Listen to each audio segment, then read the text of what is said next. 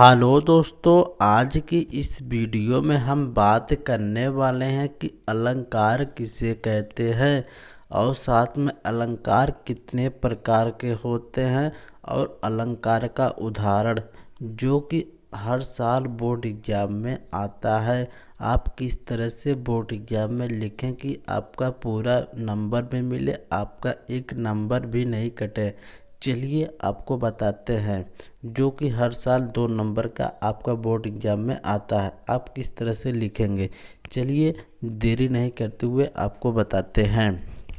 सबसे पहले आपको हेडिंग डालना है अलंकार। जैसे कि बोर्ड एग्जाम में पूछे कि अलंकार किसे कहते हैं, आपको यहाँ पर हेडिंग डालना है। हेडिंग डालने के बाद यहाँ पर आपको लिखना है काव्य की शोभा बढ़ाने वाले तत्वों को अलंकार कहते हैं। काव्य की शोभा बढ़ाने वाले तत्वों को अलंकार कहते हैं। या ये भी आप कह सकते हैं काव्य की शोभा बढ़ाने वाले शब्दों को अलंकार कहते हैं। अब नीचे आपको लिखना है अलंकार के भेद। अलंकार के कितने भेद होते हैं, अलंकार कितने प्रकार। अलंकार के 2 भेद होते हैं। अलंकार के कितने भेद होते हैं, 2 भेद होते हैं। चलिए बताते हैं कौन कौन से भेद होते हैं। पहला यहाँ पर शब्द अलंकार और दूसरा यहाँ पर अर्थ अलंकार। चलिए आपको बताते हैं शब्द अलंकार किसे कहते हैं। सबसे पहले आपको हेडिंग डालना है शब्द अलंकार। जैसे कि आपको बोर्ड एग्जाम में पूछा कि शब्द अलंकार, शब्द अलंकार किसे कहते हैं, आप क्या लिखेंगे। जिन अलंकारों के प्रयोग से शब्द सौंदर्य में वृद्धि होती है उसे शब्द अलंकार कहते हैं। जिन अलंकारों के प्रयोग से शब्द सौंदर्य में वृद्धि होती है उसे शब्द अलंकार कहते हैं। शब्द अलंकार 3 प्रकार के होते हैं। शब्द अलंकार 3 प्रकार के होते हैं। कौन कौन से होते हैं, चलिए आपको बताते हैं।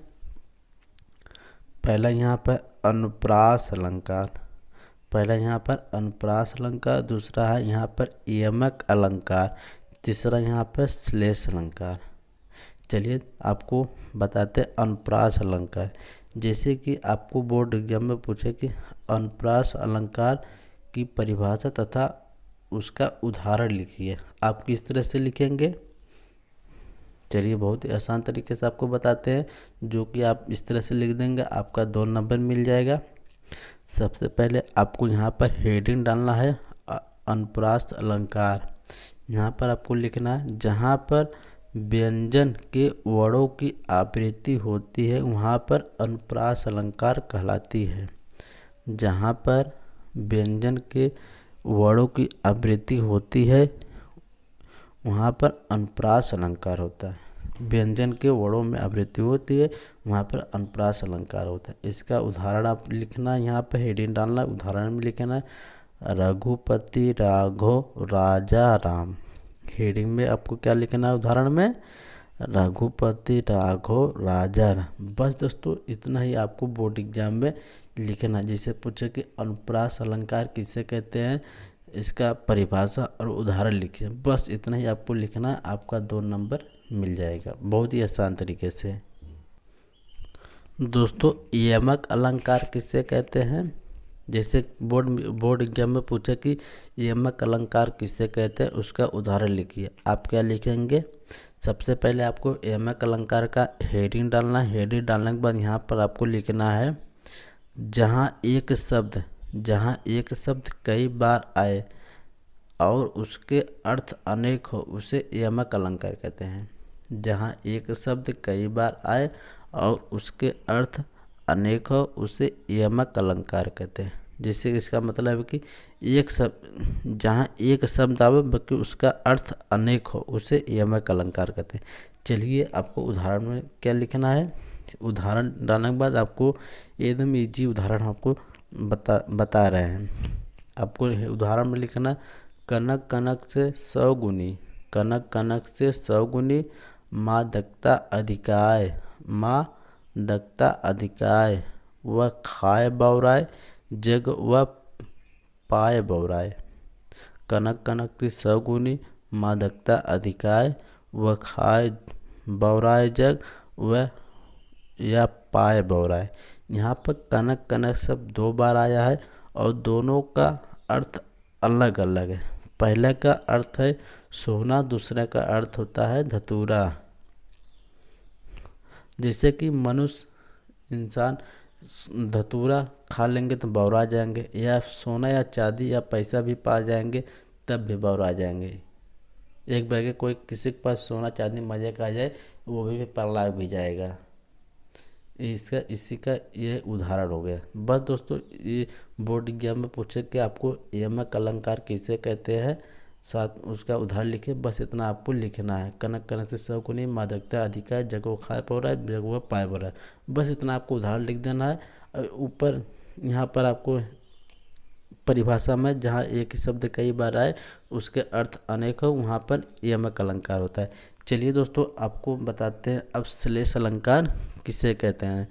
जिसे बोर्ड एग्जाम में पूछे कि श्लेष अलंकार का परिभाषा तथा उदाहरण सहित लिखिए।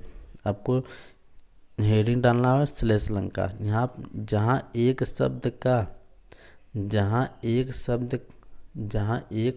का एक ही बार प्रयोग होता है तथा उसके अर्थ अनेक हो, उसे श्लेष अलंकार कहते हैं। जहाँ एक शब्द का एक ही बार प्रयोग होता है तथा उसके अर्थ अनेक हो, उसे श्लेष अलंकार कहते हैं। जहाँ एक शब्द का एक ही बार प्रयोग होता है तथा उसके अर्थ अनेक हो, उसे श्लेष अलंकार कहते हैं। चलिए, इसका आप उदाहरण बता दे रहे हैं। उदाहरण में आपको क्या लिखना है।